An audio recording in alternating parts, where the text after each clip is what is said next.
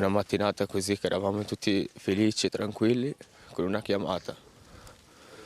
Perché c'era troppo sole, lavorava in cantiere, gli ha avuto un colpo al cuore. Perché voleva che veniva al lavoro, ha chiamato mia madre e gli fa: io sto arrivando a casa per prepararmi il pranzo che per mezzogiorno, cioè per l'1-2 io sarò là.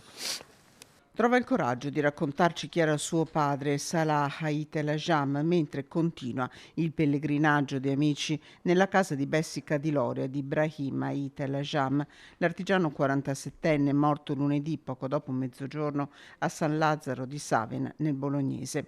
Titolare della Veneto Pavimenti, Ibrahim stava finendo il lavoro nel cantiere del parcheggio di una scuola quando si è casciato a terra all'improvviso. Inutili soccorsi, il suo cuore si è fermato. A Bologna in quei minuti si registravano i 38 gradi. Un uomo giusto e amato, Brahim, molto stimato anche come imprenditore. Era molto apprezzato, sempre stato molto onesto con le persone, sempre fatto il suo lavoro fatto bene, come si deve, mi ha sempre insegnato che le cose per cui fa agli altri, lui li fa bene, così se lui chiama gente a casa nostra per fare qualche lavoro, vorrebbe che lo facessero bene anche loro. Il fratello ci racconta di aver perso un padre, un cugino ne ricorda la grande generosità. A Bessica di Loria viveva con la moglie e 3 dei 4 figli. Avevano votato anche il referendum per il lavoro, ricorda Salam. Siamo andati a votare tutti e tre al referendum. Purtroppo i referendum sul lavoro non sono stati promulgati. Vicino alla famiglia anche l'amministrazione comunale di Loria, così il sindaco.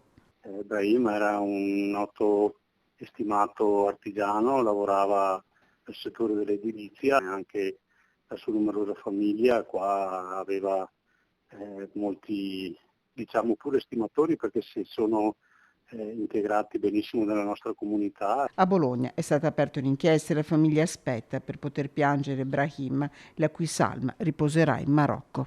Ci sono tante persone qua per lui che gli hanno sempre voluto bene, che sono sempre state vicine a lui come lui a loro. E niente, Dio l'ha voluto e l'ha portato via con lui.